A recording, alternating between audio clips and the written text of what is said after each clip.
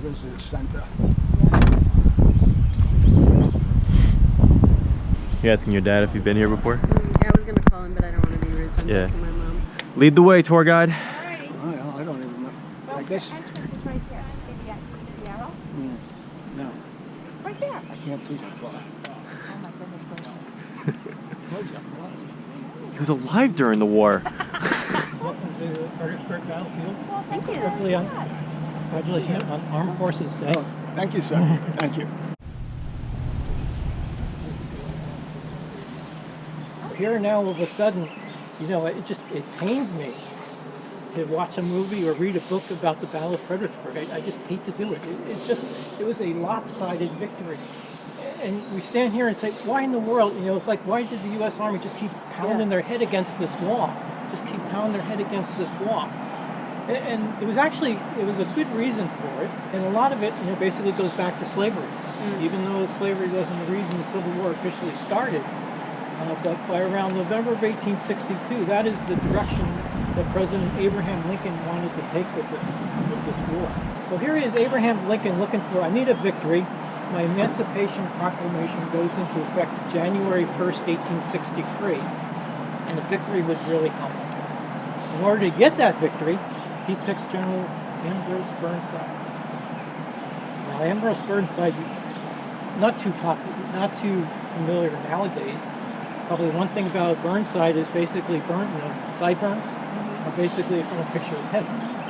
So Ambrose he agrees to take over, and his plan was, if I move everybody down opposite Fredericksburg, I can get them there in about 2 days.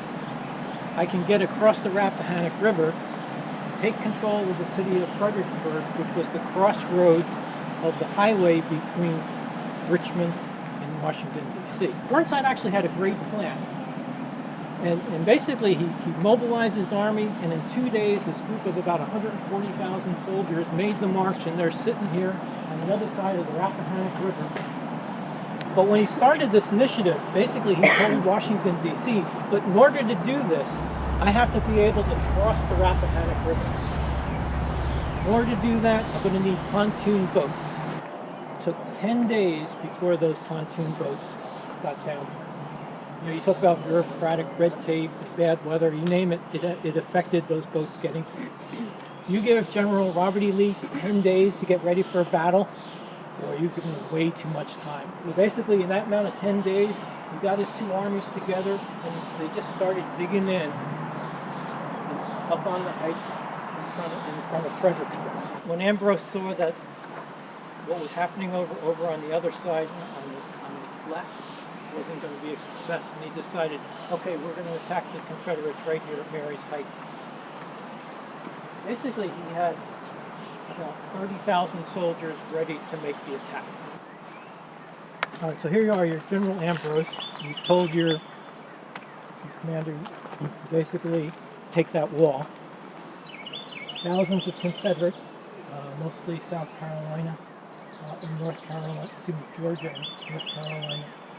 Infantry soldiers are behind the wall, and you know, when you look at great protection. It was a very thick wall. So there were several thousand of the soldiers here, and you had your Confederate artillery back up on top.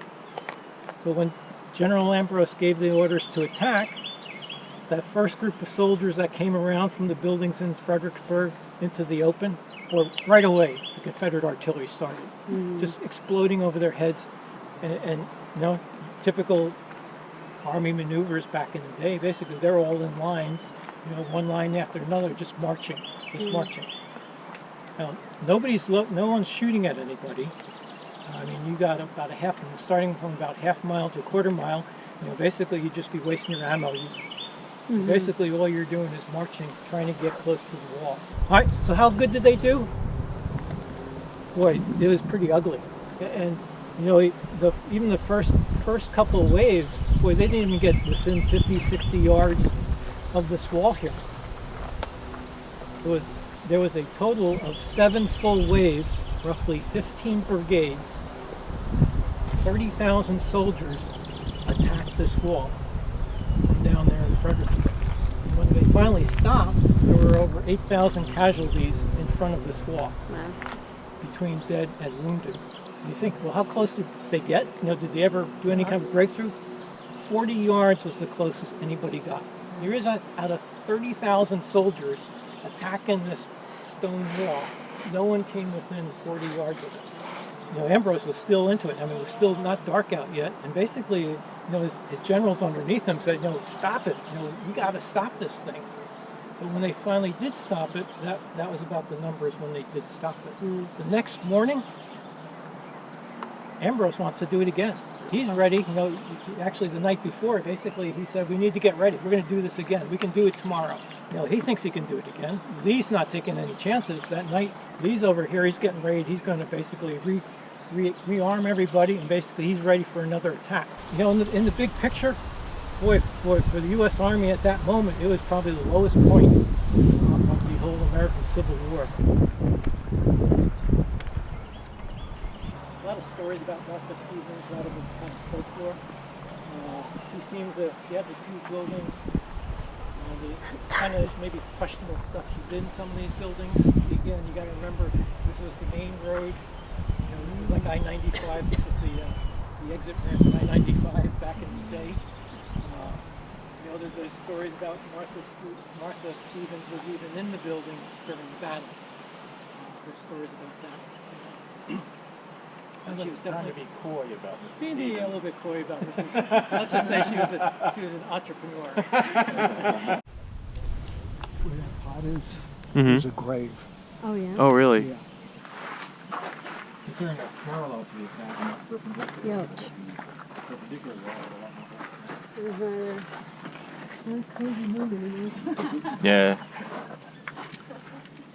So this was just somebody's neighborhood then. This is just. No, there's just a house here. Confederates on the backside of the wall, all night long they could hear the soldiers, the federal soldiers out here moaning and groaning, the ones that hadn't died yet. And the story goes, Richard Kirkland, he's a Confederate, he hears all the moaning and groaning going on, and he says, he figures, I'm going to do something about it. So Richard Kirkland got all the canteens that he could find, filled all the canteens up, and actually came over the wall to the federal soldiers in front of the wall that were basically, you know, crying out for something to drink. You know, they were basically, I needed more than a drink, but definitely they needed water. Kirkland wasn't sure what was going to happen. You know, was somebody going to shoot me? But it didn't take too long for both sides to realize, hey, he's doing, you know, he's not causing trouble. He's trying to help the soldiers. So there was kind of like a ceasefire, and Kirkland tried to, you know, basically administer whatever he could to as many of the federal soldiers as he could. Turn around, you're all your troops. Run away! You know, they're not gonna.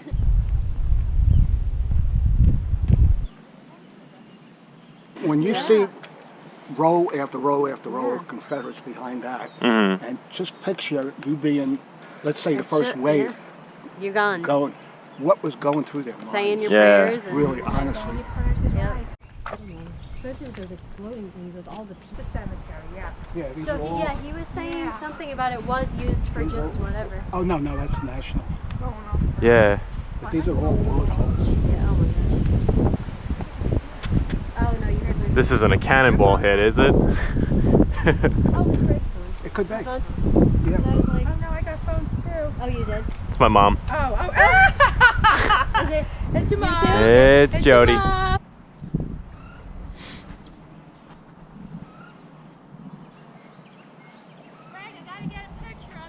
Do it. Alright, this is. And he said how many, Bill, are unrecorded? How many names are? They don't know. 12,000 of the. He said there were 15,000 people here, but some of them don't have. Majority of them, they don't know. Yeah. When he was talking about how they were waiting for the pontoon boats to arrive, like the idea of, well, they couldn't contact them, asking them, Right, where where are are they? you? They would just not, yeah, they didn't have any of that Sit and stuff. Wait or have a new plan. Just like And hope that it's still coming. And imagine being so assured and patient to wait for 10 days. Yeah. Right, right. You know.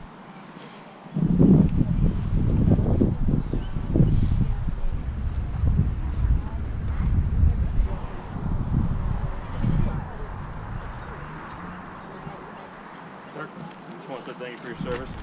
Thank you, I was proud to do it. Thank you. My dad was a CB also. Oh, was he? Early 70s. Oh, I was 68 to 72. We also have George Washington's boyhood helmet here. Oh, really? Mm-hmm. Wow. Anyway, that we used to. This was a New York uniform. A New York uniform. Yeah. Okay. It was a fireman. It's fired 2 miles. Maybe I've been underestimating the technological advances that they had back then to have weapons that could do stuff like this.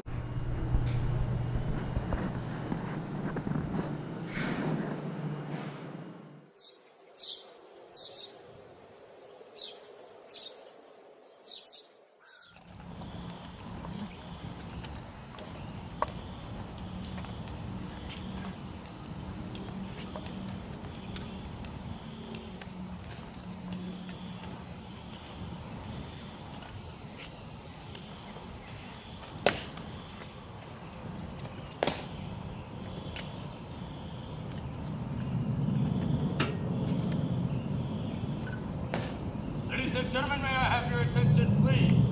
I am Staff Sergeant Vincent of the 3rd Regiment, United States Army, commander of the relief, Tomb of the Unknown Soldier. The ceremony that you are about to witness is the changing of the guard. In keeping with the dignity of this ceremony, it is requested that everyone remain silent and standing. Thank you.